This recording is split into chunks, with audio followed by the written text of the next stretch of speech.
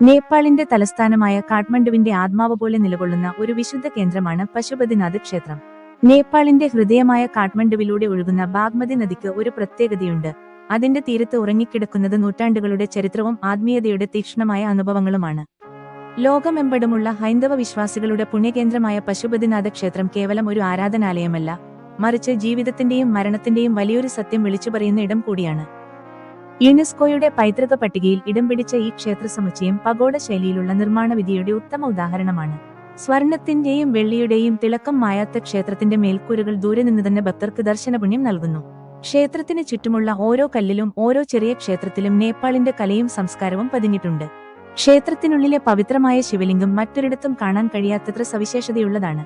കിഴക്ക്, പടിഞ്ഞാറ്, വടക്ക്, തെക്ക് എന്നിങ്ങനെ 4 ദിശകളിലേക്കും നോക്കുന്ന 4 മുഖങ്ങളും മുകളിലേക്ക് ദൃശ്യമല്ലാത്ത 5ാമത്തെ മുഖവും ഇതിനുണ്ട്. ഓരോ മുഖവും പ്രപഞ്ചത്തിന്റെ ഓരോ ശക്തിയെയും മൂലകങ്ങളെയും പ്രതിനിധീകരിക്കുന്നു.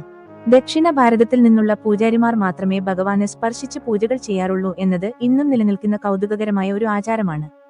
പശുപതിനാഥ ക്ഷേത്രത്തിന്റെ ഏറ്റവും വലിയ പ്രത്യേകത അത് ജീവിതത്തെയും മരണത്തെയും ഒരുപോലെ ചേർത്തുപിടിക്കുന്നു എന്നതാണ്.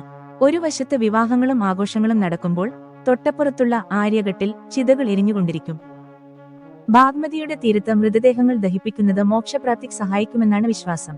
മരണമെന്ന വലിയ സത്യത്തെ ഇത്രത്തോളം ശാന്തമായി ഉൾക്കൊള്ളുന്ന മറ്റൊരു ഇടം ലോകത്ത് കാണാൻ പ്രയാസമായിരിക്കും. സൂര്യൻ അസ്തമിക്കുമ്പോൾ ബാഗ്മതിയുടെ തീരം മറ്റൊരവസ്ഥയിലേക്ക് മാറും. അവിടെ നടക്കുന്ന ബാഗ്മതി ആരതി വർണ്ണിക്കാൻ കഴിയാത്ത ഒന്നാണ്.